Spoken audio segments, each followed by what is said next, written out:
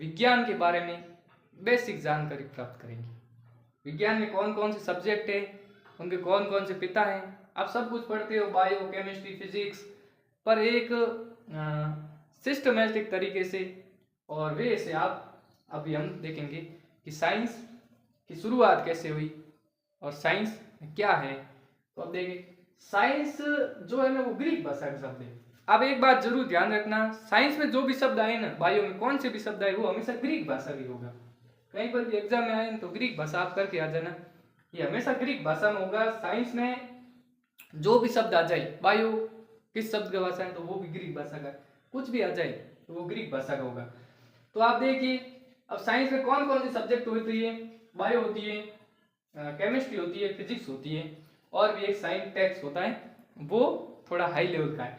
तो आप देखिए बायो, तो बेसिक तौर पर जो एग्जाम साधारण जनरल साइंस में होती है वो सब्जेक्ट वो हमें पूछता है एग्जाम।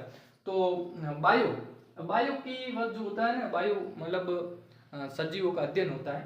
तो उसमें बायो का, बायो होती है, उसकी खोज किसने की थी, जीव विज्ञान, तो वो अरस्तु थे। इसके पिता कौन थे?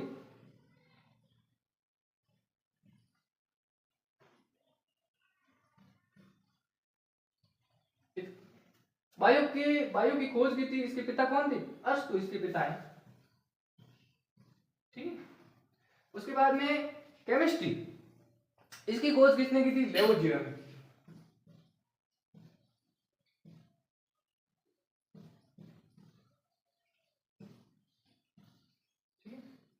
केमिस्ट्री शब्द है ना, तो केमिस्ट्री है ना, इसकी खोज किसने थी? लेवोजियर ने। फिजिक्स, अब फिजिक्स किसकी वजह से है? न्यूटन।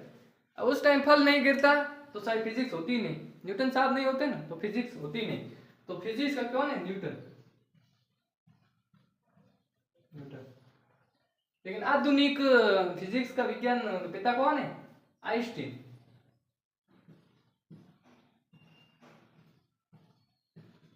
आधुनिक जो फिजिक्स है ना, उसके पिता आइंस्टीन है।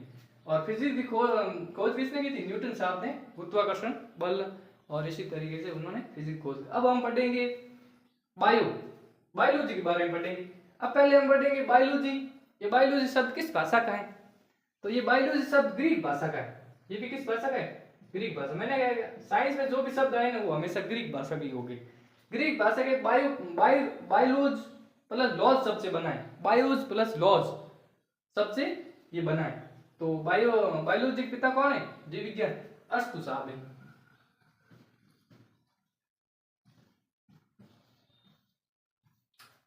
अब ये बायोलॉजी जो शब्द है ना, ये किसने दिया था? 1801 ईस्वी में ये शब्द दिया गया। किसने दिया था? लैंडमार्क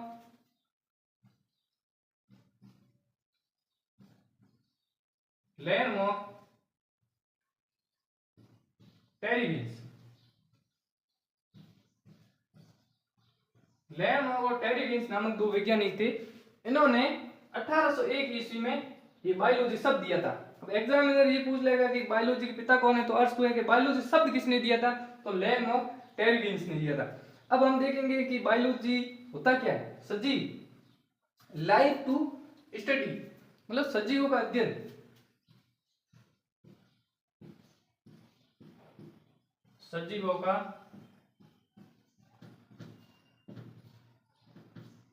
अध्ययन, सजीव का अध्ययन क्या कहलाता है? बायोलॉजी। अब सजीव का अध्ययन आप किस प्रकार से, कि सजीव का अध्ययन किस प्रकार से, तो आप देखिए सजीव का अध्ययन एक तो होता है पेड़ पौधे, प्लैनेट्स, और एक होता है एनिमल्स, जीव जंतु। हाँ, जीव जंतु, जीव जंतु और प्लैनेट्स।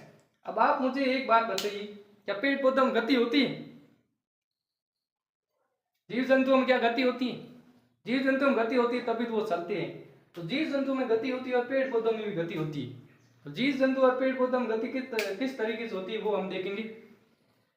और इससे की जो गति होती है उसमें क्या क्या होता है, उसमें किस तरीके से पेड़ पौधे अपना भोजन बनाते हैं, किस तरीके जीव जंतु में कौन कौन से अंग है, जो अध्ययन होता है ना, वही बायोलॉजी है। तो उसके बारे में हम सजीव का अध्ययन, मतलब जो जीव जंतु प्राणी है उसमें। और सजीवों में पेड़ पौधे भी आ जाते हैं। पेड़ पौधों के लिए क्या है? प्लैनेट्स बोलते हैं। तो इसमें पेड़ के बारे में जिसमें प्लैनेट्स और एनिमल इन दोनों का अध्ययन बायोलॉजी में होता है।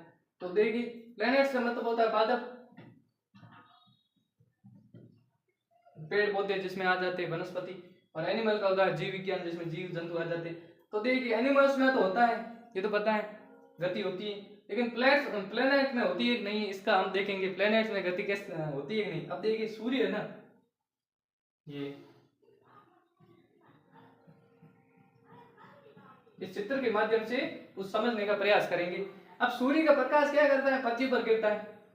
सूर्य का प्रकाश क्या करता है, यहाँ पर पृथ्वी पर गिरता है ना। सूर्य का प्रकाश जब पृथ्वी पर गिरता है, पृथ्वी क्या करती है, उस प्रकाश को, जो सूर्य का प्रकाश होता है ना, उसको वापस अन्य भागों में पहुंचाती है। और ये जड़ें होती है, ये जल का अवशोषण करके और प्रकाश संश्लेषण की क्रिया, क्लोरोफॉर्म, वहां पर प्रकाश संश्लेषण की क्रिया होती है और फिर पौधा अपना भोजन बनाता है। तो इससे क्या पता चला कि पौधों में भी गति होती है, पादपों में भी गति होती है। और पादपों में गति हुई, प्रकाश संश्लेषण क्रिया हुई, और जिसमें पादप अपना भोजन बनाते हैं।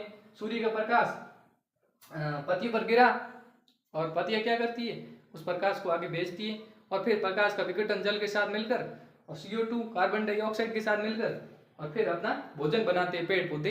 इस तरीके से पादपों में भी गति होती है। तो पेड़ चित्र बना के ये थोड़ा समझाने का प्रयास किया गया है। तो इससे क्या होगा, पादपों में भी गति होती है। तो यहाँ पर पादपों में भी गति होती है,